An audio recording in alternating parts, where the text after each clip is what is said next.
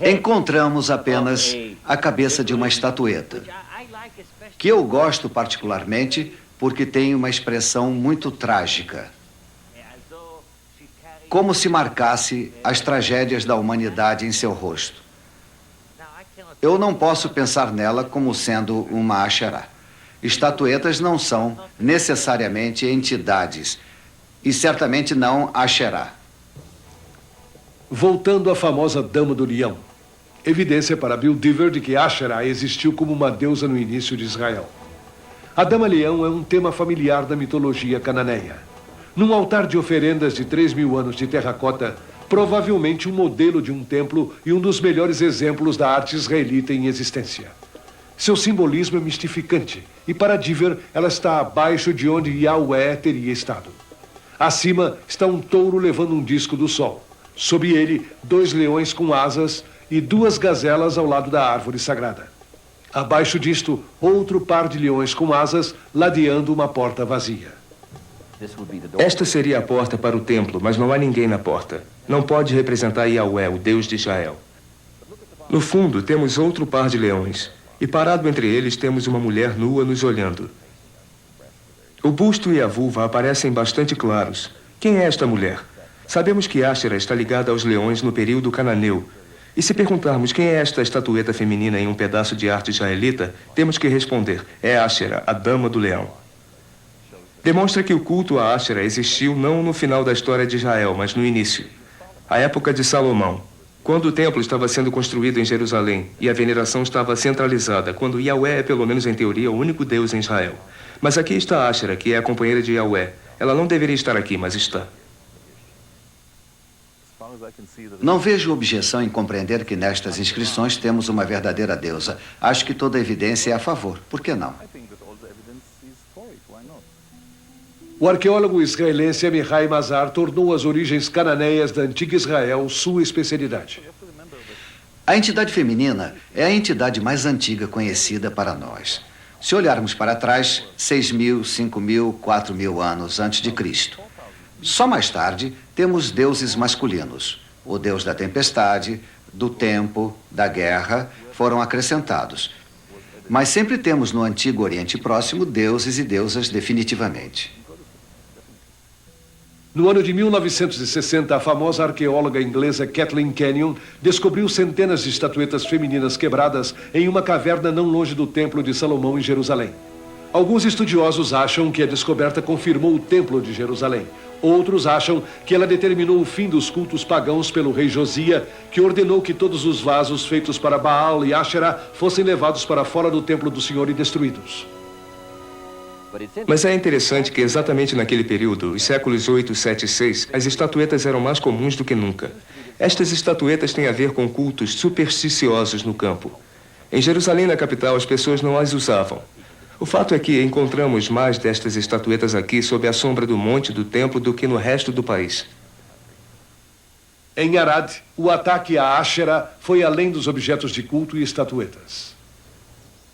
Algumas destas figuras foram encontradas inclinadas para o lado, deliberadamente cobertas. Um dos motivos que os santuários locais foram abolidos foi porque estavam ligados ao culto de Asherah, que naquela época começava a ser um anátema aos reformadores, profetas e sacerdotes. Seguindo este ataque, Dever alega que os escritores, editores e padres do antigo Israel decidiram se livrar deste problema de Asherah de uma vez por todas. Muitos homens no antigo Israel tinham medo do poder da deusa-mãe e do domínio que ela exercia sobre as mulheres. E parece que houve uma tentativa de suprimir o culto a Asherah, especialmente quando o monoteísmo começou a chegar a seu ápice. Havia espaço apenas para um deus e era uma entidade masculina. Mas como uma deusa que era tão adorada pelo povo poderia ser tão odiada pelos autores do Velho Testamento?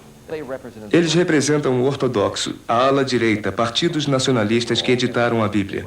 Eram todos homens, representavam o governo, eram um partido elitista, os intelectuais de sua época.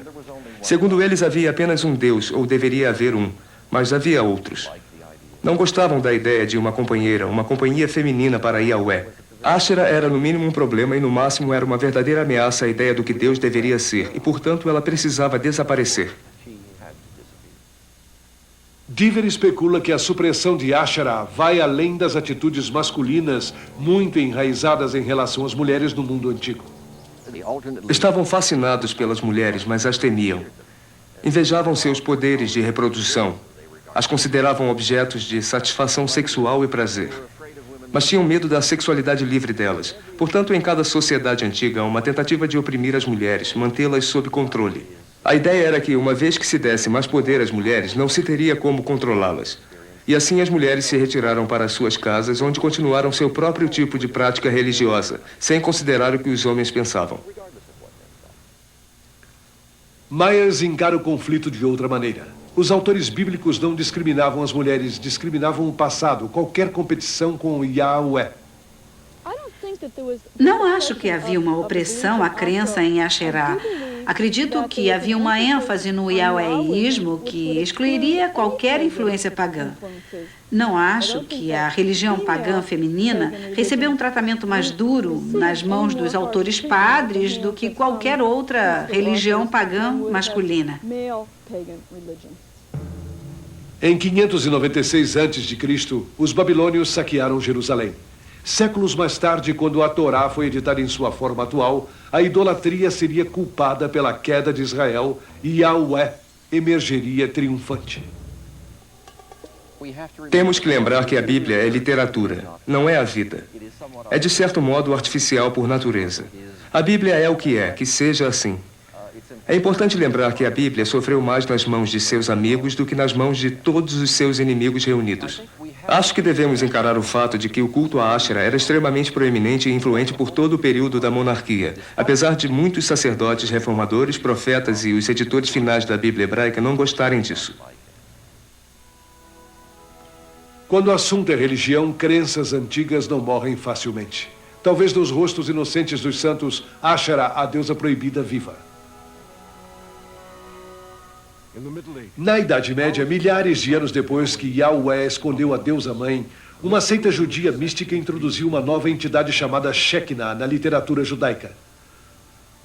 Concebida como o espírito ou a presença de Deus no mundo, Shekinah parecia introduzir uma ponte feminina entre o distante e proibido Yahweh do Antigo Testamento e seu povo.